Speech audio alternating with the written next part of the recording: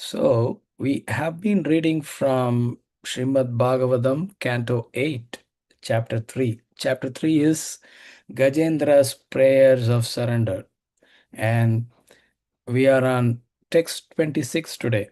So far, the first 25 verses, it's been prayers from Gajendra.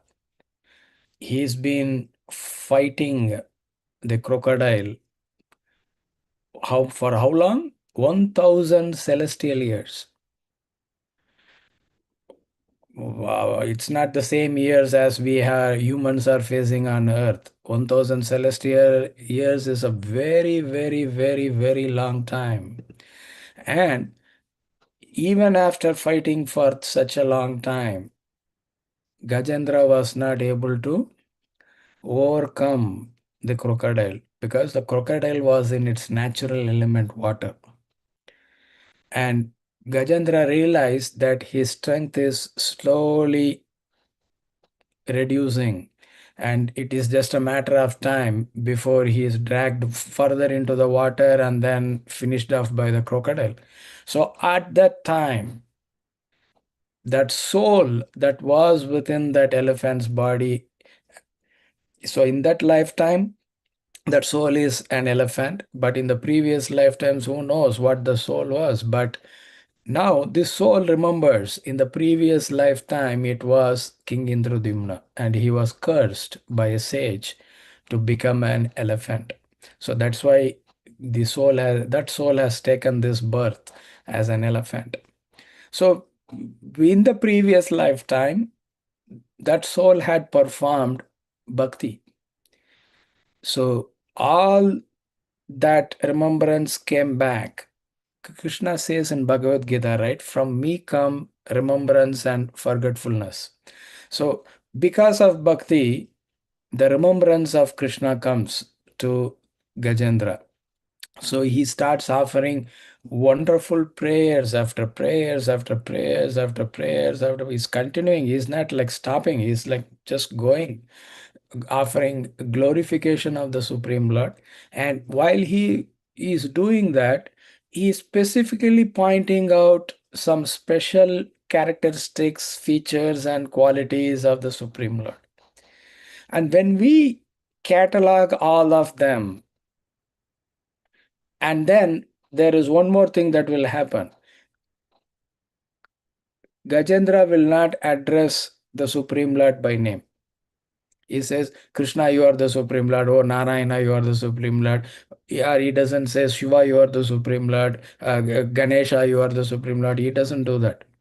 He just gives the definition of the Supreme Lord and all the characteristics and qualities that are applicable only to the Supreme Lord. So when he says, you come and save me, Shiva doesn't come because he knows he's not calling me. Brahma knows he doesn't call me. He is calling the Supreme Lord Krishna. So that is very, very important to note. So yeah, because that's how the prayers are, and that everybody could have taken it. Oh, it's applicable to me, and Gajendra is calling only to me. But everybody knew that this prayer was meant only for Supreme Lord Krishna. So that is the beauty of this section of prayers. Okay, let's go to today's verse, text 26. Soham Vishvasrujam Vishvam Avishvam Vishvavedasam Vishvatmanam Ajam Brahma Pranatosmi Parampadam. Saha, that. Aham, I, the person desiring release from material life.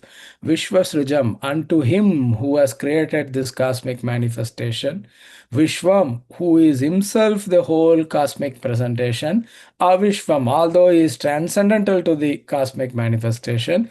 Vishvavedasam, who is the knower or ingredient of this universal manifestation. Vishva Atmanam, the soul of the universe. Ajam, who is never born, eternally existing. Brahma, the supreme. Pranatasmi, I offer my respectful obeisances. Param, who is transcendental. Padam, the shelter.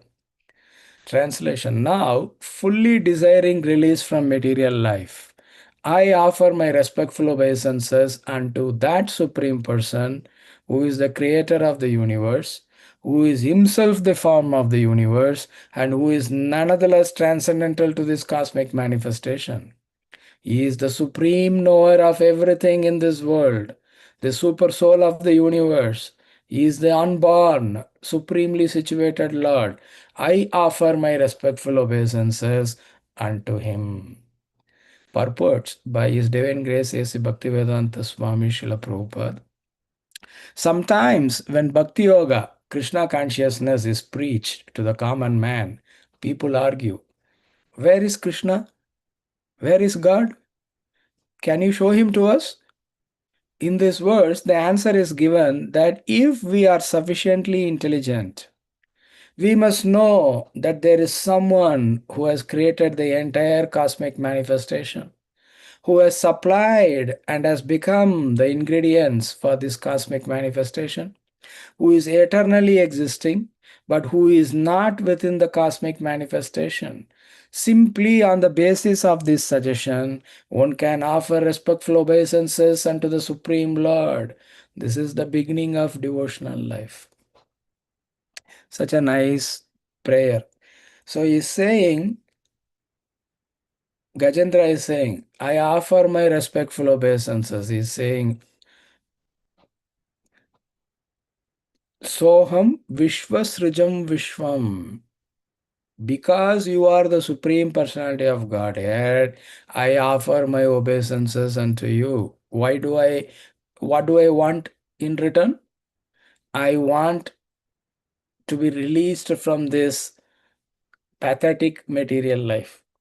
I always want to be situated in the spiritual life. What does it mean? I want to be always situated at your divine lotus feet, rendering devotional service to you eternally. So that's why I am desiring release from material life. And who are you? What is your position? You are the creator of this material universe. You are the very form of this universe, the very and all the ingredients that go into building this material universe came from you. And what are those material ingredients? Did you go and purchase it from somewhere else? No, it came from him. It is his own external energy. It is his own energy, material energy, Maya. From that, all these ingredients, building blocks that are used to build this material universe came. So that is your position. That Supreme Personality of Godhead, I am offering my respectful obeisances unto. And so all these universe came from you, and all the ingredients that go towards building these universes came from you. But does it mean that you have become the universe? No, you are still existing eternally, aloof from this creation. That is why he says you are transcendental to this cosmic manifestation. Even though all these material universes came from you, all the ingredients, the building blocks come from you, and all the living beings have come from you, you did not diminish in any way. You still exist as you are. That's why the invocation mantra in Ishopanishad says Om Purnamada Purnamidam. What does it say? You are complete. You are complete unit. And from you come many emanations. And what are those emanations? They are also perfectly complete. Even though so many perfectly complete units are emanating from you, you still remain perfectly complete unit. So that's why Prabhupada used to say the spiritual mathematics. Normal mathematics, we know 1 minus 1 equals 0. But spiritual mathematics is 1 minus 1 equals 1. Because so many emanations came from him, but he still remained perfectly complete unit. So that is what Gajendra is also referring to here. The universes have come from you. And all the ingredients, the building blocks, everything, everything came from you. But you still exist as that eternal individual. And what is your position? You are transcendental to this manifestation. You have nothing to do with this. You are untouched by all these things, all this material stuff, because you are completely spiritual in nature. That is what Gajendra is driving towards. Is means, oh, you are completely spiritual. That is why the transcendental is used. And then, what is your other quality? You are the supreme knower of everything in the world. Why? Because you are the super soul of the entire universe. That is your position. Because you are super soul of all the material universes, has Mahavishnu, who is lying on the Karana ocean. That's why he is also called Karanodaka Sai Vishnu. So he is the super soul of all the universes. And from that Mahavishnu comes another expansion, Garbhodaka Sai Vishnu, who enters into each material universe. So that's why he becomes the super soul of that particular material universe. And there is another expansion, Garbhodak Sai Vishnu, in another material universe. He is the super soul of that universe. And then from that Garbhodak Sai Vishnu comes another expansion who resides on milk ocean. He is the Shirodaka Sai Vishnu. He is the super soul that is present within each and every atom in that universe and in the heart of all the living beings in that particular universe. Like that, there is a Garbhodaka Sai Vishnu in each material universe, and there is a Shirodaka Sai Vishnu in each material universe. Unlimited expansions. And where does this Mahavishnu come from? This Mahavishnu comes from Sankarshana. And where does Sankarshana come from? He comes from Balaram. And where does Balaram come from? He comes from Swayam Bhagavan Krishna. That is the explanation given by Brahma in Brahma Samhita. It is explanation given in Srimad Bhagavatam. So that is the unique position. So because in Canto 1 itself, Srimad Bhagavatam Canto 1, right in the beginning it comes, right? So many different incarnations are explained, are listed. And then it says Krishna is also an avatar because he descends into the material world. Whoever is descending into the material world is technically called an avatar. But this Krishna is also avatari. He is the source of all other avatars. And then to make it explicitly clear, Vyasadeva says, Krishnastu Bhagavan Swayam. Krishna is Swayam Bhagavan. He is the source of all personalities of Godhead. Because Balaram, Narayan, Sankarshan, Aniruddha, Vasudeva, Pradyumna, and all these Mahavishnus, Garbhodak Sai Vishnus, Shirakadai Vishnu, and all the other avatars, Matsya Avatar, Kurma Avatar, Narasimha Avatar, everybody. You are the source of all of them. You are Swayam Bhagavan, Krishnastu Bhagavan Swayam. That's how Rupa Goswami and all the acharyas explain. Even though he himself comes down to the material universe, so he is technically called an avatar, he is still the avatari. He is the source of all avatars, expansions, and whatnot. So, to that Supreme Personality of Godhead, I offer my respectful obeisances. So, he is very clear. And then Prabhupada makes a very wonderful point in the purport. He's saying, because he came to distribute Krishna consciousness to everybody all over this earth, Prabhupada. So he is saying when we approach a common man, people are very ignorant, so they are very argumentative. Oh, where is Krishna? Who is Krishna? Where is God? Can you show him to us? All these things come. Why? Because we are so covered with ignorance. But if we are sufficiently intelligent, what does it mean? Sufficiently intelligent? When we take knowledge from bona fide scriptures, Because Krishna says that in Bhagavad Gita, right? Intelligence has to be guided by scriptural knowledge, and the intelligence has to be sharpened in that way. Such an intelligence should guide the mind, and that mind can control all the senses, and it is the proper way. Krishna says in Bhagavad Gita. That is the proper thing. But if the knowledge from the scriptures are not there to guide the intelligence, the mind and the senses are out of control. Each one is pulling the soul in so many different directions, and the train goes off track. And we are deeply mired in material existence. Senses are dictating, and the soul is saying, yes, boss. Whatever you dictate, I am your slave, I will serve you. That is the material existence.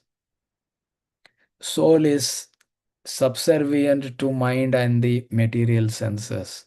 But the proper position is soul is the master.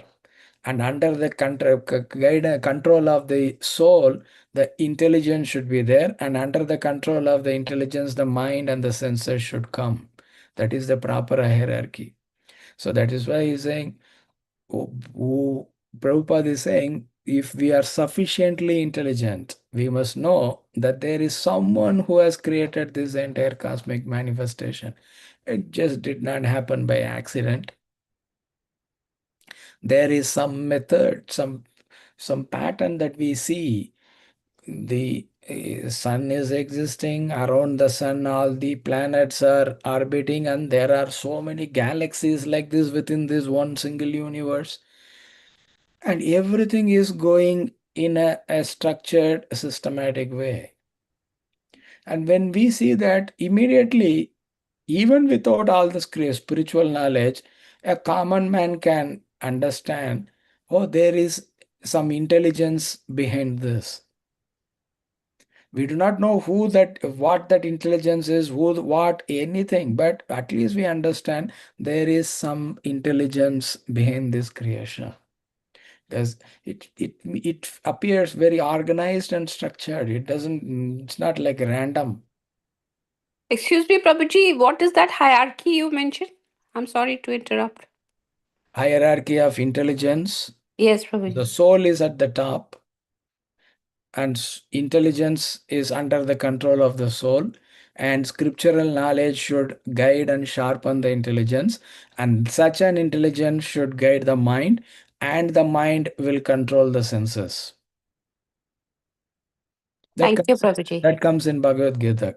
Krishna was so kind to give even that detail when he is giving all this knowledge in Bhagavad Gita in such a short, condensed way, but he doesn't leave out anything.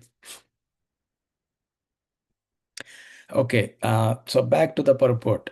So Prabhupada is saying, if we are even sufficiently intelligent, even if we have some common sense, we will know that there is some intelligence behind this entire cosmic manifestation, and there is somewhere, because things exist, but things exist means where did it come from?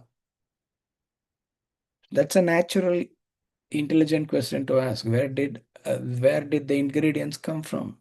So when we turn to scriptures, the scriptures clearly say, especially our Vedas, Vedic scriptures, the Vedas, Upanishads, Puranas, they give us full detail what these ingredients are. When we look at Srimad Bhagavatam in Canto 5, the technology behind the creation of the material universe is given, the building blocks, the ingredients, everything is explained, and where does it come from whom does it come, even the mind, the intelligence, and ahankara, the false ego, everything, where did it come from? Gross elements, earth, water, fire, air, and space. And then subtle elements, mind, intelligence, and ahankara, false ego, and all the other ingredients. Everything came from Mahavishnu. And Mahavishnu came from, ultimately, we trace it back all the way to Bhagavan Krishna. So with that spiritual knowledge, we can understand the how this cosmic manifestation came into being, and from whom it came, and from whom all the ingredients came, because that is what Gajendra is referring to in this verse. And what is the nature of that personality from whom all these came? He is eternally existing. Krishna confirms that in Bhagavad Gita, right? Never was there a time when you did not exist, nor I did not exist, nor all these kings did not exist. They existed in the past, they are existing currently, and they will continue to exist in the future. So we basically saying, I am eternal, and you are all my parts and parcels, and because of that, you are also eternal. The spirit soul is eternal. So that wonderful knowledge Krishna gave right in the beginning of Bhagavad Gita itself. But that we say it's a basic knowledge, but it's a very deep, profound knowledge at the same time. Not many grasp that point, and because of that, what do they think? I am this body. And Gajendra is leading to that same principle. So let's see what he says. Text 27. Yogarandita karmano hridi yoga vibhavite yogino yam prapashyanti yogesham tam natosmyaham. Translation. I offer my respectful obeisances unto the Supreme, the Super Soul, the Master of all mystic yoga, who is seen in the core of the heart by perfect mystics when they are completely purified and freed from the reactions of fruity activity by practicing Bhakti Yoga. Purport. The king of the elephants, Gajendra, simply accepted that there must be someone who has created this cosmic manifestation and has supplied its ingredients. This should be admitted by everyone, even the most determined atheists. Why then do the non devotees and atheists not admit this? The reason is that they are polluted by the reactions of their fruity activities. One must be freed from all the dirt accumulated within the heart due to fruity activities performed one after another. One must wash off this dirt by practicing Bhakti Yoga. Yoga Randita Karmanaha. As long as one is covered by material nature's modes of ignorance and passion, there is no possibility of understanding the Supreme Lord. Tada rajastamo bhava kama lobhadayaschaye. When one is freed from the modes of ignorance and passion, one becomes free from the lowest qualities, kama and lobha, lust and greed. Nowadays, there are so many yoga schools to encourage people in developing their lusty desires and greed through the practice of yoga. People are therefore very much fond of so called yoga practice. The actual practice of yoga, however, is described here as authoritatively stated in Srimad Bhagavatam, Canto 12, Chapter 13, Text 1. Dhyanavastita tatkatena manasa pashyanti yam yoginaha. A yogi is one who always meditates on the lotus feet of the Supreme Personality of Godhead. This is also confirmed in Brahma Samhita, chapter 5, text 38.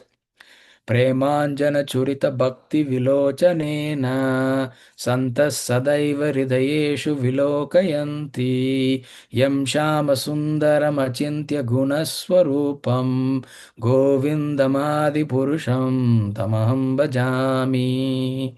I worship Govinda, the primeval Lord, who is Shyamasundara, Krishna himself, with inconceivable, innumerable attributes, whom the pure devotees see in their heart of hearts with the eye of devotion tinged with the salve of love. The Bhakti Yogi constantly sees Shyamasundara, beautiful Lord Krishna with his blackish bodily hue. Because the king of the elephants, Gajendra, thought himself an ordinary animal, he thought himself unfit to see the Lord. in his humility, he thought that he could not practice yoga. In other words, how can those who are like animals in the bodily concept of life and who have no purity of consciousness practice yoga? In the present day, people who have no control over their senses, who have no understanding of philosophy, and who do not follow religious principles or rules and regulations are nonetheless pretending to be yogis. This is the greatest anomaly in the practice of mystic yoga.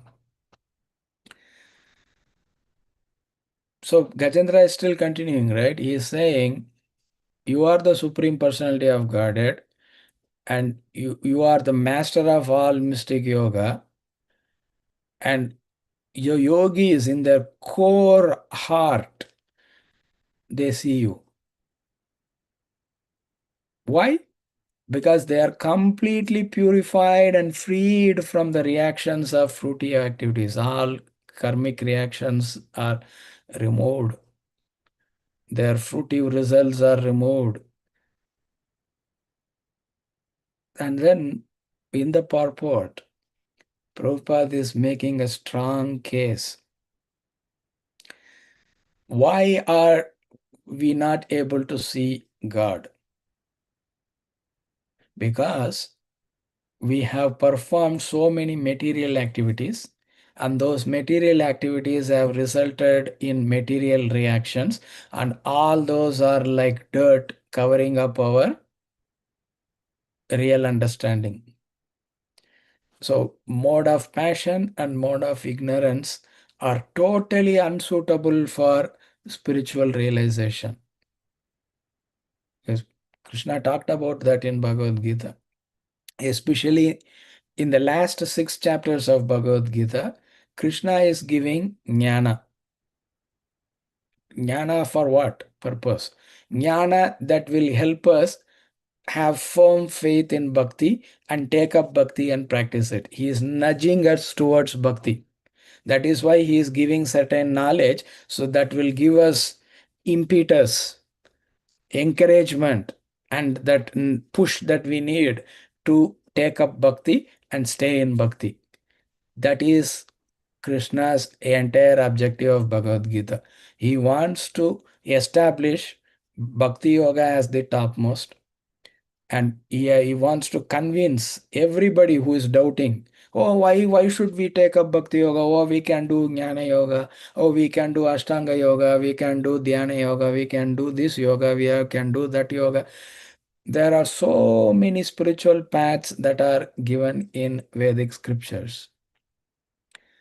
And even after taking all these various paths, one has to ultimately reach the path of Bhakti Yoga before one can complete this material existence and get freed from it. Without Bhakti Yoga, it is very difficult. Even for the other yogas, the Jnana Yoga especially and the Ashtanga Yoga, for it to be successful, some kind of Bhakti Yoga has to be added to that.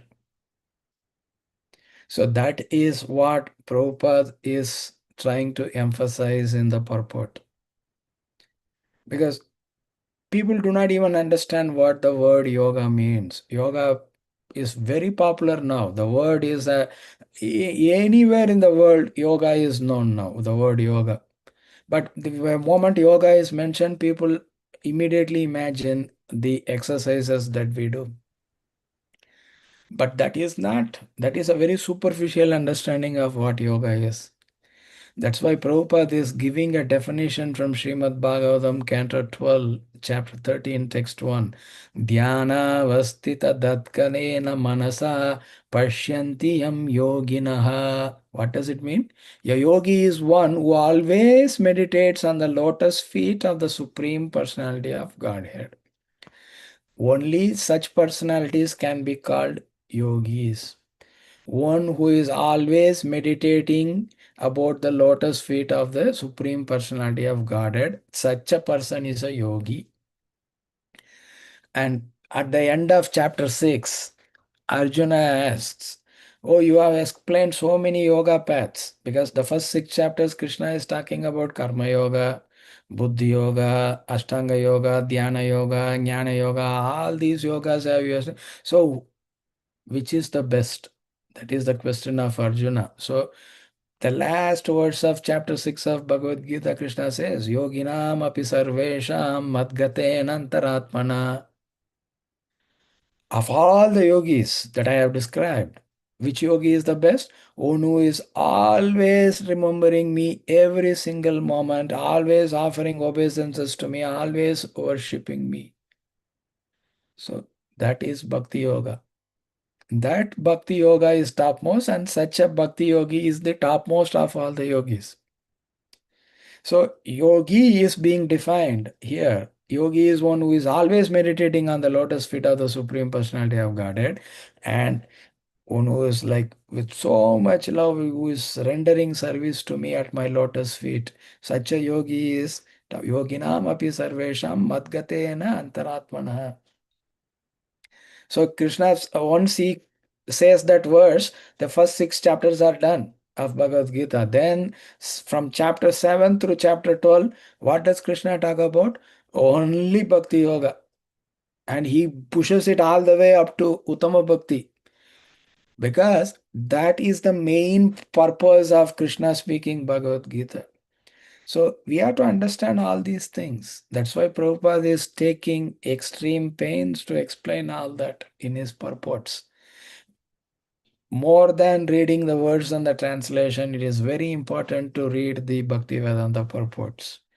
That's where we will get the proper understanding of where things are and how all these things fit together. So Prabhupada is defining yogi. And then he says, oh, because why is he talking about yogi? Because it's Gajendra is talking about the mystics, the mystic yoga. What is mystic yoga? Ashtanga yoga. So what do Ashtanga yogis do? First, they do all these pranayama and all these things to purify their mind and senses and have perfect sense control. That is the first part. And then comes the important second part. They have to sit and meditate on the Paramatma within their own heart. That is what the mystic yogis do. That is what is called Dhyana Yoga, which Krishna explained in the first, in the sixth chapter of Bhagavad Gita. So Gajendra is talking about mystics. So they are all these Ashtanga yogis, but just not by just Ashtanga yoga they attain perfection, because they have to also practice a little bit of bhakti for them to have success.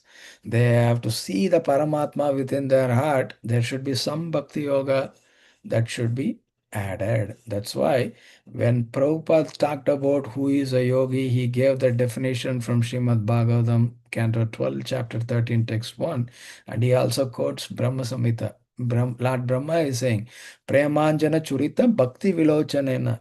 Premanjana, one whose eyes are anointed with the ointment of love. Because love and devotion is needed to see the Supreme Lord, is what Brahma is saying. With our just plain material eyes, we cannot see God. We should have love and devotion. With love and devotion, we can see God. So, Prabhupada quoted that, and so he's saying, anyone, Gajendra is saying, I am just an animal. I am not able to see you. And Prabhupada is correlating that with human beings living like animals. Because without a conception of God, without that culture, human beings are no better than animals.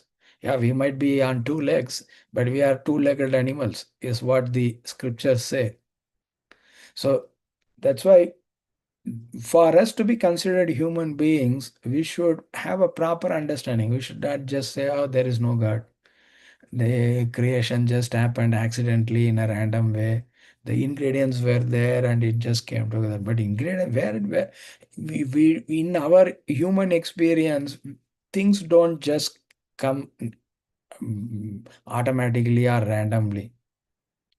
Oh, I just put cement, wood, glass, and everything, and I dumped it there. And next day morning, I came, the home was there. It just happened. When we explain it like that, we come out as foolish. And when we look at this entire cosmic creation, we say, oh, the ingredients were there and they just formed themselves into planets, and within those planets, living beings came into existence. It doesn't give a complete picture. So we have to transcend that. We should not think, speak, and perform activities just like an animal. We are human beings. We are endowed with a better intelligence than all the other living beings. So we should make proper use of that intelligence. That is the point that Prabhupada is making in the last paragraph of the purport. How can those who are like animals in the bodily concept of life and who have no purity of consciousness practice yoga? So yoga is not just doing physical exercises. Yeah, we can do pranayama, all those things are beneficial, but the purpose of yoga is to link up with God, to have that union with God. That is the meaning of the word yoga. And a yogi is, as defined in the Srimad Bhagavatam, Canto 12 verse that Prabhupada is quoting, who is always meditating on the lotus feet of the Supreme Personality of Godhead. He is a yogi. And Bhakti Yoga is not only about meditating, we go even beyond that. We do meditate on the Supreme Lord, on the lotus feet, and all his activities, glories, and everything. But it also brings in the concept of love and devotion. So that bumps it up to a higher platform of Bhakti Yoga when our love and devotion comes into play. So that's why Prabhupada is saying in the present day, people have no control over their senses, have no understanding of philosophy, and they do not follow any religious principles or rules and regulations, and they are calling themselves to be yogis. Oh, I am practicing yoga, I am doing yoga, so I am a yogi. No, that is not the definition of a yogi. That's not who is a yogi.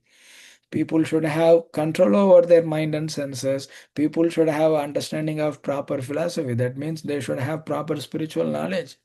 And they should, once you have spiritual knowledge, you have to follow religious principles, rules and regulations. I cannot just act whimsically. Oh, I will do as I please. Oh, what rules and regulations? I don't want to be tied up by rules and regulations. I will act as I please. No, that is not what a yogi does. Yogi is about having mind control, sense control, following rules and regulations, and especially the mystic yogis, the Ashtanga yogis, they cannot even live in a city. Prabhupada discusses that in the purports to Bhagavad Gita. Cannot live in a city. They cannot be with their family. They have to. They cannot have any wealth attachments. They have to give up everything and go to the forest. And whatever is available in the forest, they have to sustain themselves with that. It's unimaginable to most of us. Only very rarely a few can go and do things like that. And then they have to do very difficult austerities to control their mind and senses. And that is part one of Ashtanga Yoga. Then comes part two, sitting and meditating on the Paramatma. We'll say, okay, this is not for me. But Prabhupada says, and all the acharyas say, we don't need to do all those tough things. We have very simple, easy process called Bhakti Yoga. We can take it up, we can do it, and we can rise higher and quicker. So, and then finally he says, this is the greatest anomaly in the practice of mystic yoga, because without having sense control, without understanding spiritual knowledge and philosophy, without understanding who is God, how can I be a yogi? Is the point that is being made by Prabhupada here in this purport. Yeah, oh, I'm doing Ashtanga yoga, I'm doing this yoga, I'm doing that. There are so many fancy terminologies nowadays. And but proper understanding of what yoga means, who a yogi is, who God is, all these things should be there. then we are on the right path. And then we are being on the right path is not sufficient enough. Even on the right path, we have to move in the right direction. If we are going on that path in the wrong direction, we are going away from our destination. So we have to be careful about that as well. So all these points are being made, are being fleshed out by the merciful purports of Srila Prabhupada. So I think we can stop here and see if there is any discussion. But before we start the discussion with Shamarasika Mataji, with your permission, can I talk about the next weekend on September 6th and September 7th? There are 4 programs being arranged by me. I'm not doing it, but I'm just arranging it. Uh, these 4 sessions are on Ramayan. Nityananda Prana Prabhu is coming with this team of devotees and is doing a Ramayana musical presentation. There are 4 sessions that are being done. And I just wanted to mention that so that people who are not aware of it are aware. There are 3 programs happening in Maryland, and there is 1 program happening in Lotus Temple, Virginia. It's not only restricted to Iskcon devotees, it's for everybody who is practicing bhakti and who is practicing Hinduism, that's in the DC metro area. They can all come. So I'll just share that Sure, information. Prabhuji. Yeah, it will be very nice. Yeah, because Dashera is celebrating everybody. Yeah, Oh, yes. Please share, Prabhuji. Hare yeah. Krishna. The one You second. don't need to my permission, Prabhuji. Hari Bol. Thank you for your kindness. So this is the program. So on September 6th, Saturday, 10:30 a.m. At the Hindu temple in Adelphi, Maryland, the topic is going to be on Vibhishana Sharanagati. And Saturday evening in our Potomac temple, Iskcon Potomac temple, we are having another session. It's at 4 p.m. Ramayan's best kept secret. And then on Sunday morning at the Bhakta Anjaneya temple, it's about Sitaram Kalyana. And then Sunday evening at the SV Lotus temple in Fairfax, Virginia, another topic on Ramayan. So 4 different topics. It's called Ramayan musical because there will be, it's like a Leela Kirtan. Many of you might have attended Leela Kirtan in our temples, where there will be some narration and there will be some Kirtan, there will be some narration, Kirtan, and so on. It will be like that. But here it will be all of these are from Ramayan. A specific topic from Ramayan, the narrations and all the explanations of various acharyas also will come into play. But it will be very it's told in a very simple, easy to hear and easy to digest format. And then it will be follow. It will have some music, kirtan. Accompaniment based on some verses from Ramayan, and then again narration like that it will go on. So please attend. Many of the devotees who have attended these sessions have found it very inspiring, very encouraging, and very transformative because there are so many practical lessons in Ramayan. And the speaker is has devoted like few years studying very systematically all these, and then understood it, and he is explaining it in a very nice way because these devotees are from ISKCON. So um, they are coming here especially to share this wonderful nectar of Ramayan with all of us. I will share this flyer with the QR code. If you scan this QR code, it will take you to a Google form so you can specify which program you want to attend, how many of you are planning to attend, so that it will give a good estimate for us to serve you properly. That is the only intention.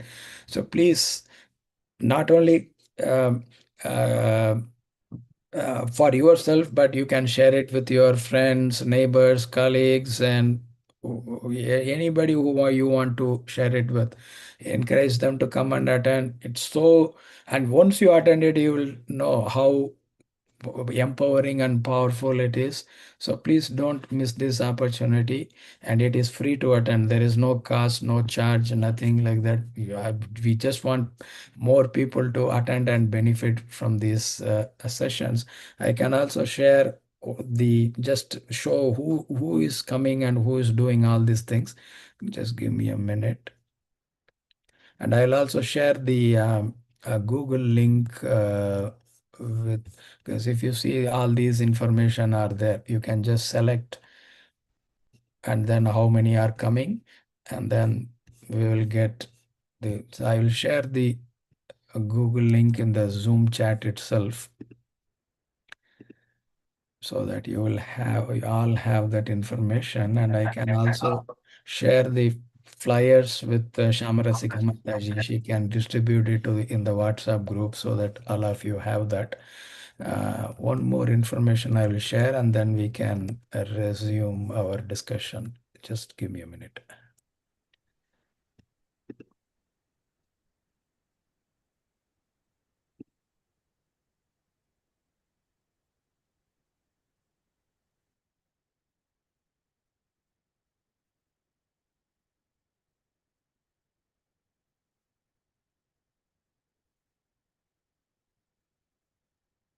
So these are the people, that devotees that are going to come and do it. Nityananda Pran Prabhu is a very senior disciple of His Holiness Rompa Swami Maharaj. So he is currently based in Cleveland, and Sachi Sutta Prabhu, Jyotirmayi Mataji, and their son Shripati, along with Shrikant Prabhu from Portland, Oregon. So all these devotees are coming just for this purpose. They have their job, they have their bhakti life and all those things, but they are taking the time to come and spend that next weekend, September 6th and 7th, with us to share the nectar of Ramayan with all of us.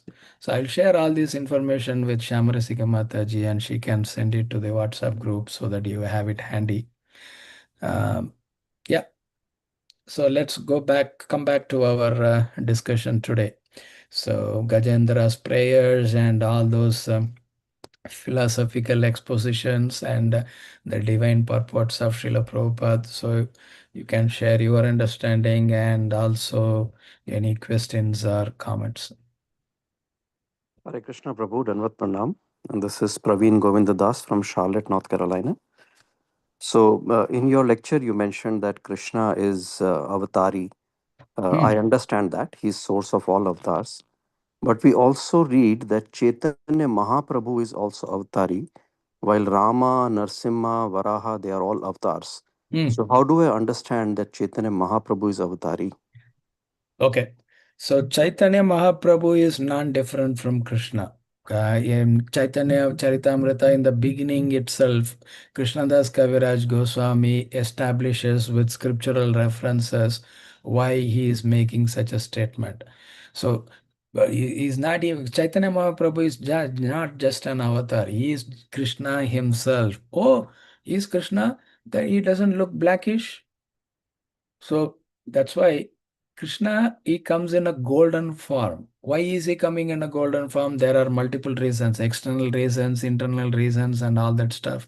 But the main point that we have to understand from that is Chaitanya Mahaprabhu is Krishna himself in a golden form. So since he is Krishna himself, he is avatari. He is not just an avatar like Matsya, Kurma, Narasimha.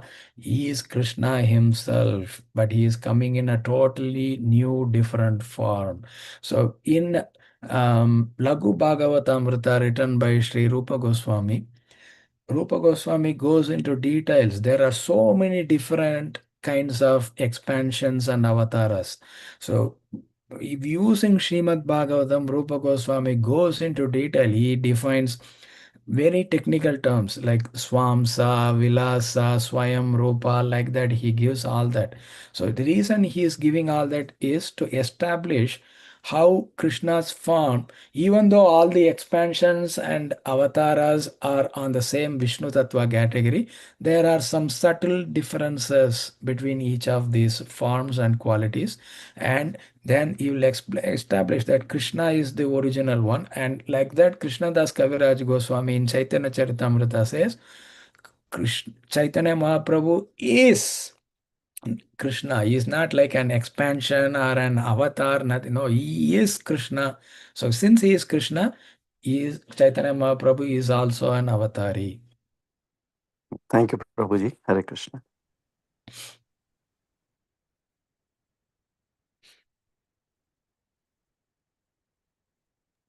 Hare Krishna Prabhuji, this is Geeta. I wanted to ask you, what's the difference between avatar and avatari? Avatar is by definition one who descends from the spiritual world to the material world. So anybody, any personality, like the original form of the Supreme Lord or the various expansions that eternally exist in the Supreme Lord, if they come from the spiritual world to the material world, they can be technically called an avatar. So that is the definition of avatar. But avatari means out of all these avatars, one of them is the source of all the other avatars. That is called an avatari. So in Bhagavatam itself and Rupa Goswami and other acharyas, they explain Krishna, he descends from the spiritual world to the material world, so he can be called an avatar too. Technically, that is correct. But he is not like the other avatars like Matsya avatar, Kurma avatar, Narsimha avatar, and all the other expansions. No, he is not like that. He is the source of all these other expansions and avatars. That is why he is called avatari. Avatari means he is the source of all expansions and all avatars. So, Prabhuji, one counter question. So, what's the difference between avatar and expansions? So expansion, we can say some of them, they don't even descend to the material universe. They eternally exist only in the spiritual world. There are so many forms of the Supreme Lord that don't come to the material world. Sometimes they might come, sometimes some of the forms don't come, but they exist eternally in the spiritual world. So those expansions are technically expansions that are not avatars because they did not descend into the material universe. Okay, very clear, Prabhuji. Thank you so much for the explanation. Hare Krishna. So Prabhuji, that's why I used to wonder sometimes, like some avatars only came for one incident, like Yeah. Vaman avatar, right? And Narsimha. There must be a lot of difference where we like Lord Rama, Lord Krishna. They came for much longer period and so many different leelas over a long Mhm. period of time. So there, the strength of their descent. I mean, I don't know how to explain it, but it's different, right? No, they not just they what they exhibit is different. So in when they come as Vamana, when the Supreme Lord comes as Vamana, Matsya, Kurma, the Supreme Lord's qualities, potencies they exhibit might be limited, but it doesn't mean that they don't have it. They have all the potencies all the time, all these expansions, incarnations, they have it all the time, but they exhibit only certain potencies, they exhibit only certain qualities, they exhibit only certain modes. But when he comes as Rama, he exhibits more, the intimacy is more. But when he comes as Krishna, he takes the wraps off. No limitations. The intimacy is extreme, and he exhibits all his supernatural potencies to the fullest extent possible. How many expansions of Krishna were there in Dwaraka with all the 16,108 wives? 16,108 Krishnas were present simultaneously at the same time. Narada Muni heard about that and he came and saw it and he was like amazed and stunned. Wow! Because where will you, who has exhibited such an opulent potency? Oh, Krishna is exhibiting the supreme Swayam Bhagavan. Krishna is exhibiting his unlimited opulences even for the material universe, for the conditioned living beings to see and experience. Wow, wonderful. Yes, Prabhuji, that's beautiful. Thank you so much for explaining. So, depending on the need of the hour, here, Yeah, he will for that pastime, what is needed, he will exhibit. But at the same time, people have to know who the Supreme Lord is. So he will come himself and he will say, okay, I will stay for a longer period of time. I will display all my opulences and potencies to the fullest extent, even in this material universe.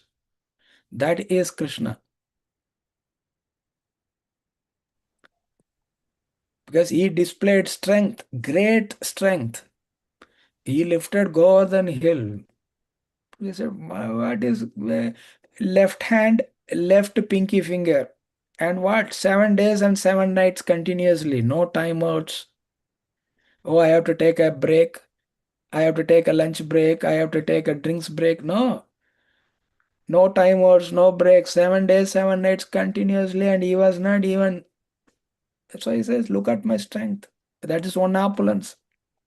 Knowledge is another opulence. He distilled the entire Vedas, Upanishads, and all that knowledge and everything, and he also included what is not there also about Bhakti Yoga. He gave everything in a very concise summary form like Bhagavad Gita. He displayed the opulence of his knowledge. Yeah, he displays the opulence of renunciation, beauty, wealth. Shamasundara, we read today in purport, Prabhupada was saying Shamasundara because Brahma was saying, Yet Shamasundaram Gunam. So, Shamasundara, such a beautiful, the moment you see the beautiful form of Krishna, we are stunned. Because in Canto 10, Srimad Bhagavatam, each and every verse it goes into great detail about the beauty and how that beautiful form, what impact it had, not only on human beings, on all the living beings in Vraja. The peacocks will be stunned, the deers will be stunned, and the Yamuna river that is flowing, it becomes stunned and frozen just by looking at the beautiful form of Krishna, Shamasundara. And Giriraj, who is like solid, he melts. All these things happen by the beautiful form of the Supreme Lord and the beautiful sound that is coming from Krishna's flute. Such is the potency of his form. Even Cupid faints looking at the beautiful form. That's why Krishna is called Madana Mohana. Such a beautiful form. So these descriptions are given so that it's easier for us to meditate. We cannot meditate on some abstract thing. We can meditate about a person, and when that person happens to be Krishna, who is the Swayam Bhagavan and who is so captivatingly beautiful, it becomes easier for our mind and senses to be captivated by that beautiful form, Shamasundara. Yeah, beautiful, Prabhuji. Thank you so much. Yet, Prabhuji, there's like in yesterday's class, we read that Radharani controls Lord Krishna. Radharani, not only Krishna wants to be controlled by Radharani, and Radharani wants to be controlled by Krishna. Radharani is the feminine counterpart of Krishna. We have to keep that in mind. She's not Not an like- expansion. Is it? Can you call her an expansion of No, Lord she is Krishna? not. She is a feminine counterpart of that same personality. The same personality is appearing in two different forms. Hmm. One as Krishna, one as Radharani, so that they can enjoy that exchange of love. Thank you, Prabhuji. It was so confusing because Radha Ashtami is coming. So I was asking, why is it not as popular as Janmashtami? But now Because it's a very, very elevated concept. To understand Radharani is not easy. And to understand Krishna is also not easy. So to do all these things, we have to start from Nityananda Prabhu. With Nityananda Prabhu's mercy, we will get the mercy of Chaitanya Mahaprabhu. And once we get the mercy of Chaitanya Mahaprabhu, then we can understand Krishna. And once we understand Krishna, then we can get to know about Srimati Radharani. It's that deep, that confidential. So that is the way we approach. We first approach our spiritual master, and with our spiritual master's blessing and mercy, we approach Nityananda Prabhu, and from his mercy, we approach Chaitanya Mahaprabhu, and by his mercy, we get to know about Krishna, and from Krishna, we get to his counterpart, feminine counterpart, Srimati Radharani. It's very complicated, Prabhuji. Actually, like we have so many gods, right? So many gods in Hindu religion. Yeah, but Prabhupada makes it very simplified. So stick to Prabhupada's purports. Don't even look left or right. Only stick to Prabhupada's purport and try to understand. Read it again and again and again. Hear it again and hear from so many nice speakers in Iskcon. When we repeatedly hear from them, then the concepts start becoming very clear. Prabhupada makes it very clear how all these personalities fit together in the bigger picture. Thank you, Prabhuji. And Prabhuji, these Ramayana classes they are all musicals? All of No, them? they are classes accompanied by there will be like 15-20 minutes narration of story, and then same narration in the Ramayana verses there will be a music for 5 to 7 minutes, and then again there will be 20-25 minutes narration, like that it will go. Thank So, you, Prabhuji. Yeah. so Prabhuji, this we can also hear. It will be online broadcasted. No, there is no online streaming, unfortunately. It will be only in person this time. But if it is possible, please, maybe I know you live in Charlotte, North Carolina, but if it's possible for you, even if you want to come and attend one session of it, please try that. And I can assure you, it will be like a very immersive, transformative, enlivening experience, guaranteed. Thank you, Prabhuji. Hare Krishna. Hare Krishna, Prabhuji. Beautiful class. Hare Krishna.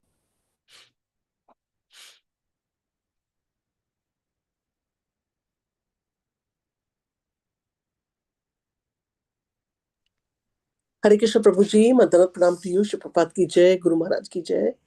So, Prabhuji, like you had mentioned in your class about, once we are at the mode of passion and ignorance, it's very difficult to practice bhakti. Am I right? It is, but forget about bhakti. It's even difficult to practice even a basic levels of spirituality.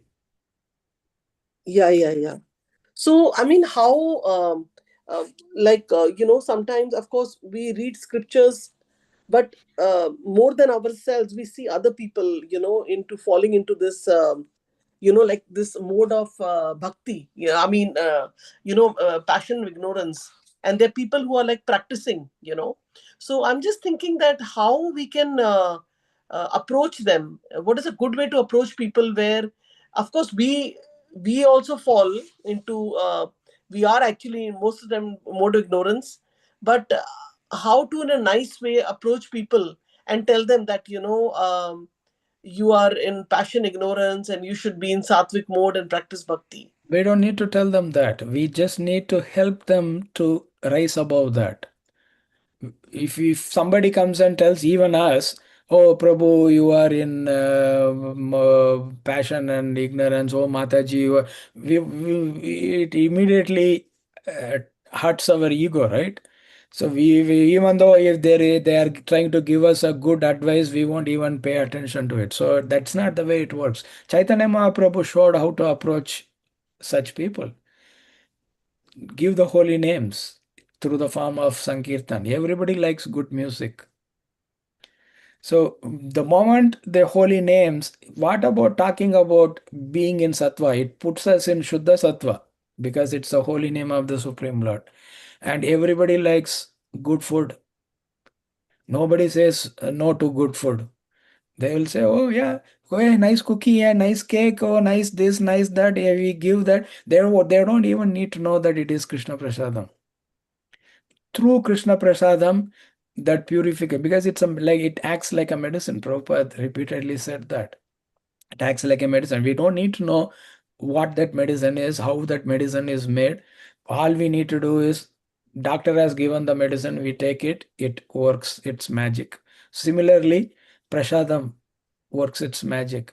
So to start off, we just need to do that. And then second thing that we need to do is we can be a good example of that. When they look at us, they say, oh, you also have issues and problems in your life, but you are not bogged down by it. You are still happy and you are overcoming that. What do you do? Is the question they will ask. Because of we don't need to speak, open our mouth and speak. Our conduct and how we are dealing with the challenges in our life, they look at it and then say, all these things are happening, but yet still you are not disturbed by it, you are not anxious about it, you are not frustrated about it, you are blissful and happy. And what do? Then, yeah, sit down, come, I will talk about the process of bhakti. What do we do as given by Chaitanya Mahaprabhu? And then we can say, hey, try this, try this, try this. And then slowly they will feel, because they have now a goal in their mind and they are ready to take the process to reach that goal. Yeah. Thank you so much. Like, we have to show by example rather than saying, because as you said, Yeah. ego gets a little bit hurt. So Achar is the best form of prachar. yes, yes, yes. Practice what we preach, like that, yeah. And it's very hard sometimes to tell people to increase their rounds, the chanting. Yeah, Uh, we don't need to. That's why we can pray for them though. We mhm. can pray to Krishna, we can pray to Chaitanya Mahaprabhu and Nityananda Prabhu. Please give them that mercy so that they can increase their rounds. Please give them that mercy so that they can rise above the modes of passion and modes of ignorance. So that is compassion. Yes. So, Prabhuji, one more thing, you talked about prasadam, giving prasadam. Like, I don't know, it's always in my mind. Like, I have pictures, I don't have deities at home, but I feel that the potency of prasadam, which I will get from the temple offered to the Shishnitai Godatraj we have at the Iskcon Orlando temple, that is, I feel that when, the devotees with so much love and affection are offering at the temple, I feel that is real prasadam. Yeah, yeah, no. That's a reason being their love and devotion might be at a higher level than us. It doesn't matter because it's just done to the deity in the temple and not. No, the photos of Krishna, the photos of the deities that we carry also have the same potency, but we might not have, or out of humility, we might feel that our love and devotion is not up to that level. But if another devotee we feel who is at a higher level of devotion than me, and they are just offering to their deity photos at home and giving the prasadam, that prasadam is also very powerful. Okay, so it doesn't matter whether we are, making at home and offering to Yeah, pictures. it doesn't matter because the prasadam is prasadam, and basically the main ingredient in that prasadam is the love and devotion. And we might feel out of humility or out of reality that, oh, my love and devotion is not up to the mark. That's fine. But the other devotee might be at a higher level of devotion and they are just offering it to the photos only, but still the potency is there. Potency is there, yeah. So simply we should just have that faith, that and also, like, when we offer prasadam, one of the main reason we offer prasadam is because we know that there is sin involved in, like we heard so many times, like Yeah. when we take the cauliflower out or any other vegetable out, then it's like sometimes when the people eat non-veg, they kill the chicken or whatever, right?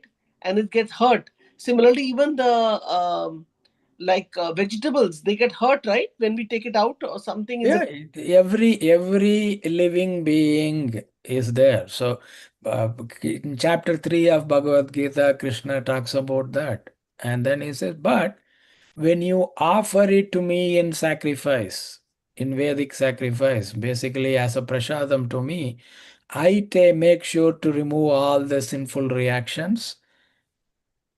So the Krishna guarantees that. So that is why we are following that process. And whatever that can be offered to Krishna should be in the mode of goodness only. He accepts only food in the mode of goodness. So it doesn't matter whether it is vegetable or these or that. Even in vegetables, if the vegetable is not in the mode of goodness, we don't offer it to Krishna. yes. And also like essentially when they say no, the like sometimes we again my question is pointing towards the preaching, of when I observe a lot of people, because I have a lot of people who are not practicing around me. So like for example, there is a certain process we take yoga, offer the prayers 3 times, we bow down and ring the bell, and then we leave it there for 15 minutes. Sometimes in this whole process, there are some people who will come across and say that it's very hard to read that 3 times. Then it is very hard to wait for such a long time, because we're always in a hurry. And so we can just say the Hare Krishna Maha Mantra, keep it there for a few minutes, and put the Tulsi leaf, and then just take it away. So it is important to emphasize to them about the follow the whole process. So for example, make your cooking in such a way that you take out time, like, because you just can't Krishna is a person, so we can't just Yeah. So to help them understand, so we can give an example, right? So I say I'm inviting you to my home. I'm in a rush. So I put a plate in front of you. In a couple of minutes, I take the plate away and say your lunch is done. How would you feel? We can ask that. yeah, yeah. No, no. How would you feel?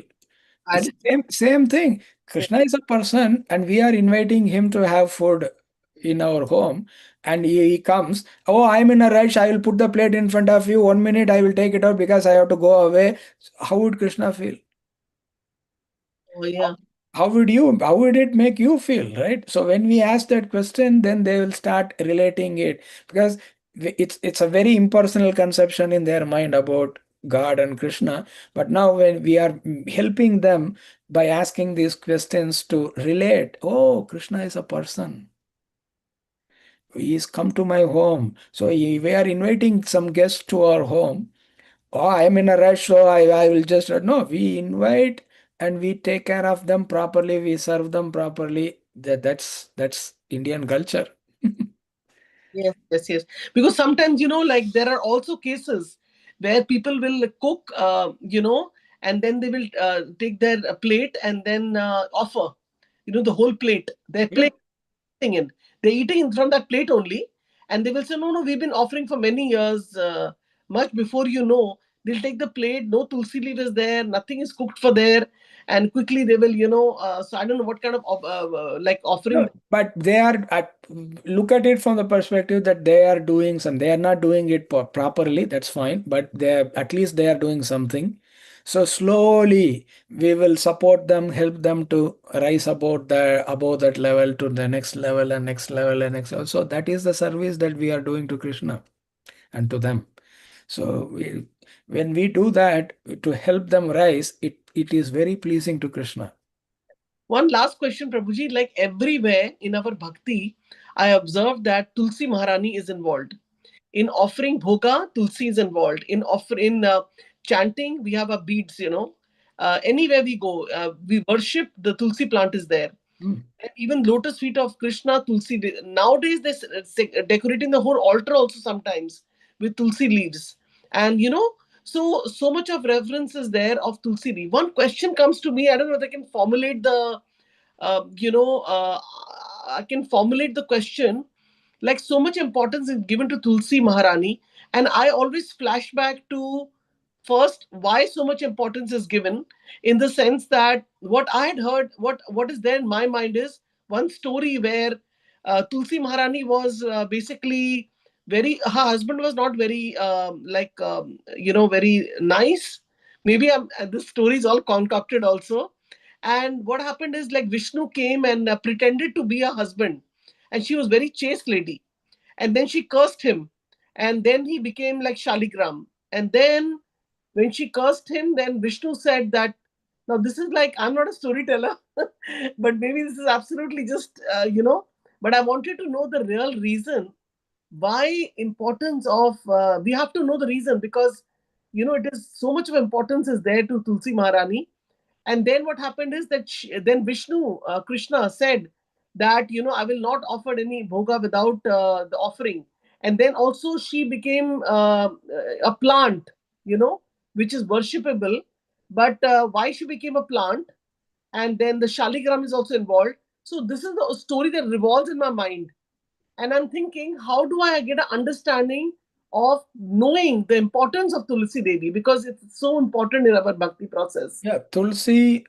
Can you explain, Prabhuji? Tulsi, yeah, there are so many stories in the Puranas about Tulsi and how she came to be and all that. For lack of time, we won't go into that. But the main principle that we have to capture is Tulsi has bhakti to Krishna, and she can bestow that bhakti to everybody. So that is the main function that Tulsi Maharani is performing, and she has an eternal pastime with Krishna in the spiritual world. And we also hear about Vrinda Devi. So Vrinda Devi is manifesting as Tulsi. So, and she can bestow bhakti to us when we worship her. So, that is the main principle and understanding that we have to carry when it comes to Vrinda Devi and Tulsi Maharani. So, but Vrinda Devi is engaged in so many other pastimes in Radha Krishna Leela. She is one of the main participants in arranging their meetings, sending all the messages between them. She has lots of parrots, especially for that purpose of transmitting messages between Krishna and Radharani. So all those wonderful services she does. She is an she is an eternal devotee of Krishna and Radha, and she can bestow bhakti to us. So that's why we have this practice of worshipping Tulsi Maharani every day in the morning, right? We sing the Tulsi prayers and offer our respects and obeisances to Tulsi Maharani. Prabhuji, I just also want to mention one more thing. It's not I'm losing little faith, but Tulsi plant is so beautiful and it smells so aromatic. And the moment you stand in front of it, you feel that it's so beautiful. And the stem of has hair on it. You Yeah. all hair on the stem, and the leaves are so nicely articulated. And when they come out as a new this thing, it comes out like as if you feel how Krishna has. When we look at a flower and we see these petals, how they are intricately made, very nice, and they're even number also sometimes in the petals. Similarly, like the tulsi leaf, when it comes out, it's so small. It come out like this, and then like that, then like this. So it's so beautiful, and I'm like, very fortunate to have Tulsi ji in our life. But thank you so much for explaining the importance, because my understanding was only restricted to the story, and I knew that yes, to have a Tulsi plant in home means there is some devotion there, and there is it's supposed to be like Lord Vishnu is happy with us, Krishna is happy with us, that we are able to sustain a tulsi plant at home and take care of it. And now a little bit we have to take care more, because as winter will approach, it will be hard for her to maybe stay out or to change the position. And she likes when we sit with her and chant with her. Yes, yes, yes, yes. And also the tulsi plant should not be directly exposed to the sun all the time, right? It's fine. It depends upon where we are. If we are near the equatorial region where tulsi plants are outside exposed to sun, they don't. The humid tropical climate is very suitable for her. But when we are in this portion of the world where the sun rays are more powerful, so we can take appropriate steps and measures to take care that she is not burnt, she is not overexposed. So even watering tulsi has also to be done in a proper way. If you water her too much, then it gets spoiled. Yes, yes, yes. Thank you so much, Tulsi Maharani ki jai. Because I'm like, I wanted to, glorify Tulsi ji. And I also heard that on Dwadashi, we should not water her. But on Sundays and other days, we can because she keeps a fast. She's just like Radharani, she's a devotee of Krishna and she keeps a fast also. So she also becomes weak, like just like we feel that next day after Dwadashi. So we make sure that we don't water her that day. But at the same time, I want to ask one last question is that on Dwadashi, for us, we make sure that we eat grain or something, rice, chapati, whatever we can cook, and we have water because we feel a little bit, especially when you're doing nirjala or only water, juice. But when we say that Tulsi Maharani should not be watered, so I always thought of it as a contrary in my mind, thinking that in fact we should water her because she fasted or maybe she's done nirjala. We should water her because water is like her food, which she will get through the soil. So how do we understand why? Is it true that we should not water her? No, we have to be very practical too. We have to take care of that the plant doesn't wither away or so we have to be very careful and do the practical needed thing to keep her growing and flourishing in a nice way. That is the main principle that we have to keep in mind. Okay, make sure when don't follow so much about Oh the. yeah, though with all these things we might end up harming her or destroying her. So we should be very careful. Yeah, but the main practical necessity is she should grow and thrive in a nice manner. Yes, yes, yes. Because I was thinking, suppose on Dwadashi day I see her and her leaves are drooping and she needs water. I'm thinking, I'm into ritualistic life thinking, no, no, no, no. I'm not Eh, supposed. What is the point then? Yeah. So we have to be very careful when it comes to that. Okay, let's see if there are anybody else with questions or Yeah. comments. So Prabhuji, I had a quick question is that like what I heard Sham Rasika Mataji told me that she waters tulsi with a spoon as a prasadam, and she waters tulsi properly with the glass or whatever as a regular watering of any plant. So we should do two different, one is religious and one is, you know. Yeah, because when we circumambulate, we offer the water from the Achaman cup. So that one we do. But there are other ways we have to nurture and nourish her. So that needs to go on too. Right. So, Prabhuji, you said that we should do japa near the tulsi plant is better? Yeah, we can sit with her and chant for her Right. pleasure with that Okay. mood. Right. And but the only problem is that that we cannot, for medicinal reasons, tulsi is very good, but we are not allowed to eat. Earlier, before I joined Iskcon, I used to eat tulsi in chai and all that. Yeah, because it is not meant for our enjoyment and pleasure. That is the principle. But it has health benefits, It Prabhuji. has, yeah, that is fine. But the understanding is Tulsi is meant for Krishna's pleasure. We have to be very clear about that understanding. Okay, Prabhuji. It's for his pleasure. So if it has been offered to him and then we are taking it, then it is prasadam, that's fine. Thank you, Prabhuji. Hare Krishna. Otherwise, we are taking, oh, instead of Krishna, I am going to be the enjoyer of Tulsi. So that's not. Yeah. Thank you, Prabhuji. Okay, anybody else before we wrap up this call? Hare Krishna Prabhuji, Dhanvat Pranam. Thank you so much for this next class, and sorry for the delayed question answer session because it's work day for you also.